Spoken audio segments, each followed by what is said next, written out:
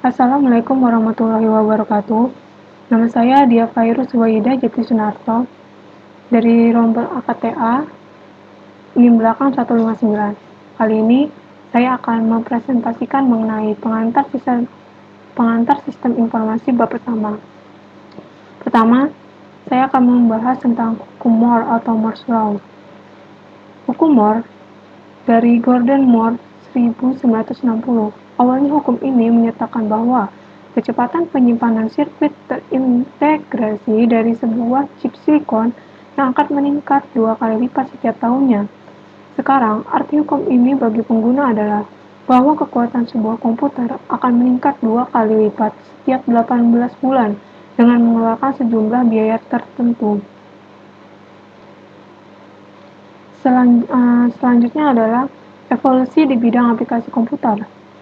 Sistem informasi adalah sistem virtual yang memungkinkan manajemen mengendalikan operasi sistem perusahaan.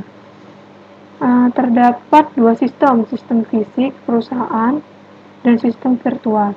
Sistem fisik perusahaan terdiri atas sumber-sumber daya berwujud yang seperti bahan baku, karyawan, mesin, dan uang. Sedangkan sistem virtual terdiri atas sumber daya informasi yang digunakan untuk mewakili sistem fisik. Contohnya, ruang penyimpanan persediaan yang menyimpan barang-barang persediaan merupakan sistem fisik. Lalu, file induk persediaan berbasis komputer adalah sistem virtual yang mencerminkan sistem fisik. Dan di sini dapat dilihat sistem fisik perusahaan. Ada sumber daya input, lalu nanti mengalami proses transformasi dan menjadi sumber daya output.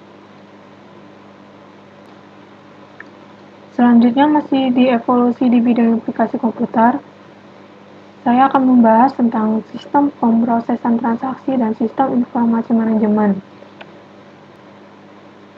Sistem pemrosesan transaksi.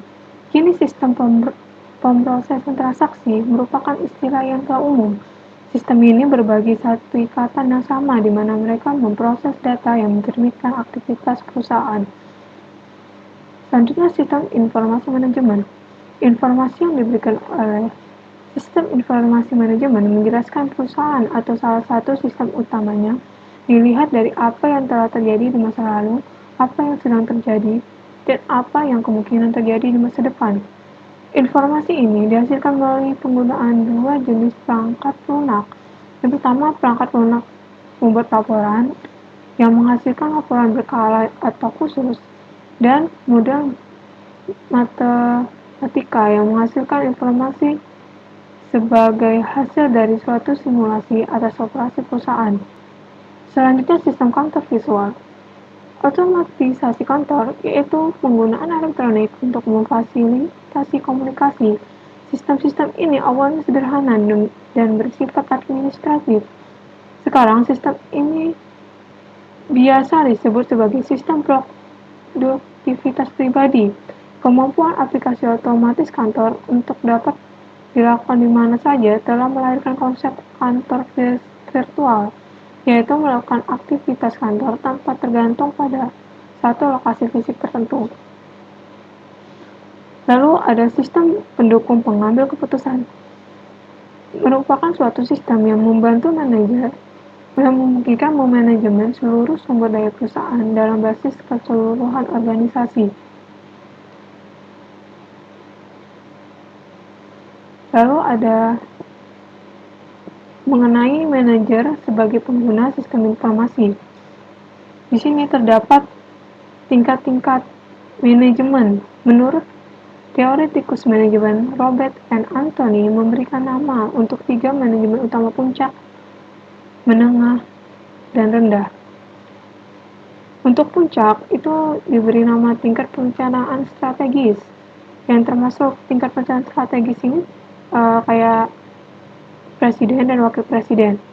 Selanjutnya ada tingkat kendali manajemen. Dalam tingkat kendali manajemen terdapat contohnya manajer regional, direktur produk, dan kepala divisi. Untuk tingkat kendali operasional, contohnya terdapat kepala departemen dan pimpinan proyek. Nah, ini Manajemen dapat mengaruhi sumber informasi maupun bentuk penyajian informasi. Ini untuk yang pengaruh pada sumber informasi. Baru ada pengaruh pada bentuk informasi. Nah, selanjutnya ada manajer dapat ditemukan di semua tingkat dalam semua area bisnis perusahaan. Ini lebih ke sih. Mereka bisa ditemukan di mana gitu. Kalau strategi planning level di sini, manajemen kontrol di sini, operasional kontrol di sini. Baru yang terakhir tuh tingkat manajemen dapat memengaruhi penekanan relatif pada fungsi-fungsi manajemen. Ini lebih fokusnya ya. Kalau strategik ini lebih ke rencana, manajemen ke organis, kalau operasional tuh secara langsung. Nah, selanjutnya ada manajer sebagai pembina sistem informasi. Apa yang dilakukan oleh manajer? Yang pertama, manajer itu merencanakan. Baru setelah itu baru dia berorganisasi. Setelah berorganisasi, manajer mengisi organisasinya tersebut dengan sumber daya. Yang terakhir baru dia mengendalikan sumber daya tersebut. Selanjutnya peranan manajerial. Menurut Henry Mitzberg, seorang profesor dari McGill University di Montreal, mengembangkan kerangka yang lebih terperinci, yang terdiri atas 10 perencanaan manajerial yang dimainkan oleh manajer, yang melibatkan aktivitas interpersonal, informasional, dan keputusan. Nah, untuk peranan manajeri apa saja yang dimaksud tuh ada di sini. Ada tokoh utama, kepemimpinan, penghubung, pemantau, penyebar, juru bicara, kewirausahaan, penyelesai masalah, pengalokasian sumber daya, dan negosiator. Deskripsinya juga insya Allah kelihatan di sini.